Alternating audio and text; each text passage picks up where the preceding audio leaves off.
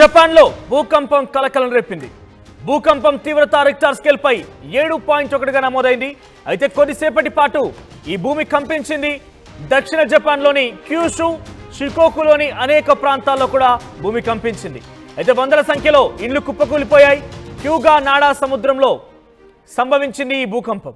అయితే భూకంపం ప్రభావంతో మీటర్ ఎత్తు వరకు కూడా అలలు ఎగిసిపడే అవకాశం ఉన్న నేపథ్యంలో సునామీ హెచ్చరికలను జారీ చేశారు అధికారులు.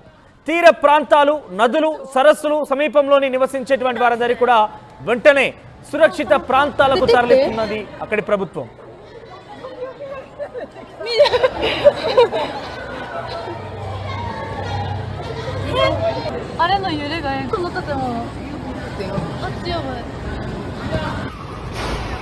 これやばい、これやばい、これやばい、やばい、本当やばい、本当やばい、本当やばい、本当やばい。いや、